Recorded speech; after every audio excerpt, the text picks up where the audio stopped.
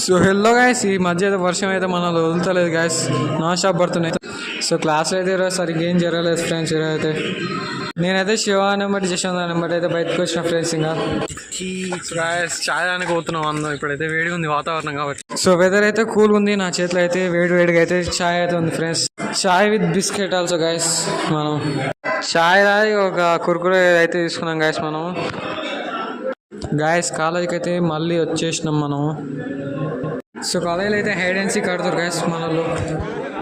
మన మహేష్ అయితే చోరు పెట్టింది గాయస్.